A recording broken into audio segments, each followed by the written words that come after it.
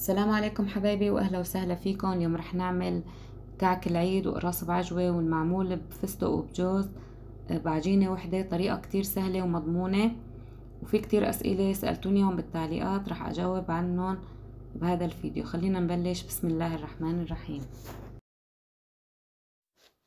مقدار الطحين والسميد عندي هون 10 كليات، 7 كليات سميد و3 كليات طحين، سميد فرخة طبعا ناعم. نزلتهم مع بعض وحركتهم.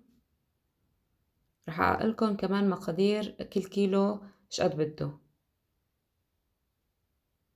لل10 كيلوات انا نزلت 4 كليات ونص سمنة، سمن حيواني.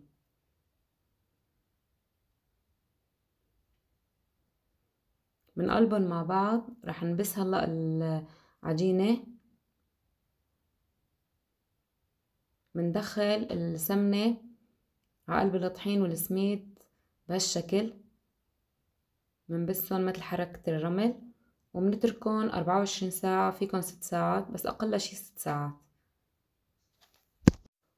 طبعا السمنة ما دوبتها، انا دوبتها بس شوي لاني الجو بارد، الدنيا شتاء، يعني اذا الجو كان صيف ما بدها تحطوه على النار ابدا. رح اغطيه واتركه 24 ساعة، وبعدين بنشتغل بالعجينة. طبعا انا بعد ما بسيته كله مع بعض لحتى اخذ الايدام مثل بعض، قسمت العجينة ل3 اقسام، 5 كيلوات للكعك وكلين ونص للقراص بعجوة وكلين ونص للمعمول. المعمول فيكن تضيفوا سكر بقلبه مثل ما انا عملت، حطيت 2.5 كاس سكر، وانتوا اذا بتحبوا احلى بتكتروا، اذا بتحبوه ادلع بتقللوا، مع 2.5 كاس حليب ودوبتهم مع بعض. واذا بتحبوا السكر عوتشه ما تحطوا سكر بقلبه، حطوا معلقتين او فنجان بكفي. انا هون حطيت 2.5 كاس سكر مثل ما انكم شايفين، و2.5 كاس حليب، وحركتهم كتير منيح لحتى داب السكر. طبعا الحليب بارد مثل ما شايفين. داب كل السكر وسمك معنا الحليب. 1.5 معلقة محلب، لكل كيلو بدنا معلقة محلب صغيرة. رشة ملح لتعديل الطعم، ورح ننزل الحليب البارد. طبعا عجينة المعمول والقراص بعجوة ما بدها عجن، بنقلبها بهالشكل مثل كأنه عم نحركها تحريك لحتى تاخد كل السوائل اللي ضفناها. بتقلبوها وبتكبسوا، يعني ما بتاخد تعب ابدا، كتير سهلة.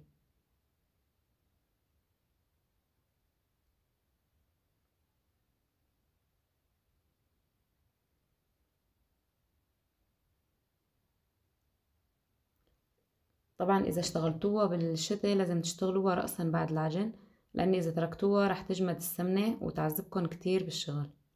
رح اغطيها لبين ما اعجن بقية العجين اللي عندي. وهلأ رح نعجن عجينة القراص بعجوة. هاي الطحين والسميد عنا. ضفتلن ربع الكاسة سكر، 2.5 معلقة محلب، نفس المقادير. بس هون نزلت حبة بركة، لا تكتروا حبة البركة لحتى ما تمرمر معكم العجينة ولا تغمق. رشة ملح صغيرة، 2.5 كاس حليب، كمان الحليب بارد.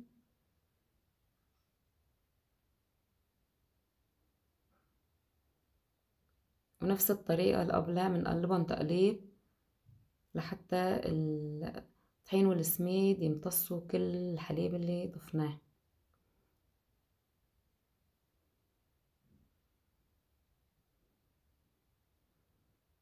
بنغطيهم كمان. رح نعجن عجينة الكعك.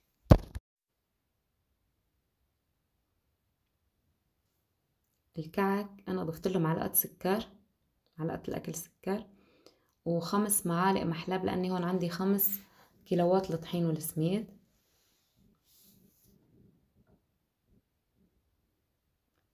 3 معالق ملح. الملح بتملحوه مثل ملح الاكل، انتو شلون بتحبوه، ملحه شوي ظاهر، ملحه قليل، مثل ما بتحبوه بتضيفوا. معلقتين حبة بركة، معلقتين سمسم أبيض. وللعجن بدنا 5 كاسات حليب. لكل كيلو طحين أو طحين وسميد بياكل كاسة حليب للعجن، وإذا بتحبوا بمي هذا شيء اختياري. هلا عجينة القراص بعجوة وعجينة المعمول ما بدها عجن، بس عجينة الكعك بتختلف، بدها عجن كتير. أنا ما استحكمت أعجن قدام الكاميرا، وقفت التصوير وعجنت لحتى صار عندي ملمسه ناعم. هلأ رح نحضر الحشوة مع بعض. هون عندي حوالي 3/4 كيلو جوز، طحنته نص طحنة. 3/4 كيلو فستق حلبي كمان طحنته نص طحنة. إذا ما عندكم طاحونة بكسروه بالشوبك. حطيت للفستق معلقتين سمنة عربية، إذا موجودة عندكم سمن عربي طبعا أطيب، وللجوز سمن حيواني كمان معلقتين، وضفت لهم ماء زهر. وهي حشوة العجوة. كل كيلو طحين أو سميد بده نص كيلو عجوة للحشوة. كمان ضفت لها معلقتين سمنة وماء زهر، وإذا بتحبوا تضيفوا لها قرفة أو هال ناعم هذا شيء اختياري. بتعجنوها كتير منيح لحتى ما يتم فيها سمنة أبدا، لأن السمنة إذا ضلت بقلب العجوة رح يفتح القرص بالشوي. بنعجنها كتير منيح، وبعدين بنكورها على حسب القالب العنا. لازم يكون قطعة العجوة حجمها قد حجم العجينة، العجوة أو حشوة الجوز أو حشوة الفستق.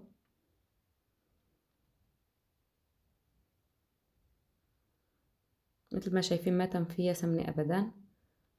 بنكورها كلياتها بهالطريقة. رح نكمل طريقة الحشوات. أنا ضفت لها حوالي 3 معالق قطر للفستق و3 معالق قطر للجوز. وإذا بدكم إياه ينعجن بتنعموا شوي الطحن أكتر وبتكتروا له قطر أكتر. طبعا القطر لازم يكون سميك كتير اللي بينحط بقلب الحشوة، يعني 2.5 كاس سكر، كاسة مي، وكتروا له شوي ملح ليمون لحتى ما يسكر بقلب الحشوة. رح نبلش نشتغل بعد ما ارتاحت العجينة شوي.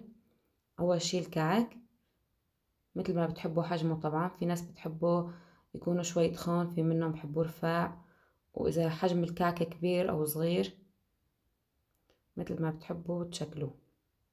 طبعا ما في داعي تدهنوا الصينية زبدة أو سمنة. بندخله على الفرن محمى مسبقا من فوق ومن تحت، ونخلي عيننا عليه، وهيك صار عنا الكعك جاهز.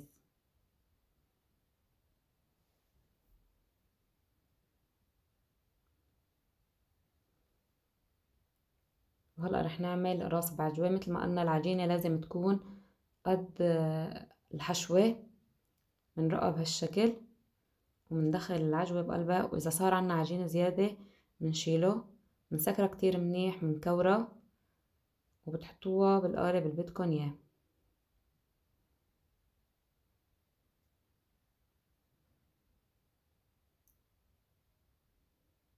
والقراص بعجوة المعمول يفضل يكون الحماوة من فوق أكتر من تحت لحتى ما تروح رسمة القرص. طبعا بياخدوا بالفرن حوالي 7-8 دقايق. وهلا رح نبلش بمعمول الفستق الحلبي. كمان بنكوره بهالشكل،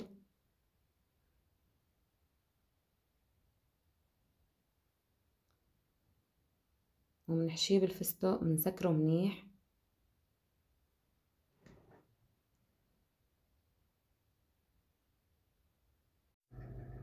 المعمول كمان لازم يكون الفرن محمى من فوق. بنحط المعمول من فوق وبعدين بنحطه من تحت لحتى ما تروح رسمة القالب. بالنسبة للإيدام مثل ما قلنا لكل كيلو بده نص كيلو إيدام أو أقل شوي، وكاسة مي أو حليب، كاسة 200 ملي بنعجن فيها، والباقي شيء اختياري، يعني تبلة الكعك الحشوة هدول أشياء اختيارية. طبعا إذا القالب مطول مثل هذا معمول الجوز بتسكروه على شكل الكبة درويش، ما بتعملوا كرات. بتحطوا الحشوة بالطول وبتسكروها مثل الكبة. وهيك صار الكعك والمعمول والقراص بعجوة جاهزين. ان شاء الله تكون النتيجة عجبتكم، واذا عجبتكم النتيجة ما تنسوني من دعائكم، وما تنسوني من لايك والاشتراك بقناتي وتفعيل زر الجرس لحتى يوصلكم كل شي جديد. كل سنة وانتم سالمين، والله يعيدوا علينا وعلى الأمة الإسلامية بالخير والصحة والعافية. واذا بتحبوا انا منزله كتير طرق، منزله طريقه الغريبه، البرازي، راس بعجوه بطحين، المعمول بطحين، منزله كتير طرق بقناتي. منزله كعك العيد اكتر من طريقه، منزلته بطحين وبسميد، فيكن تشوفوا كل الطرق بقناتي.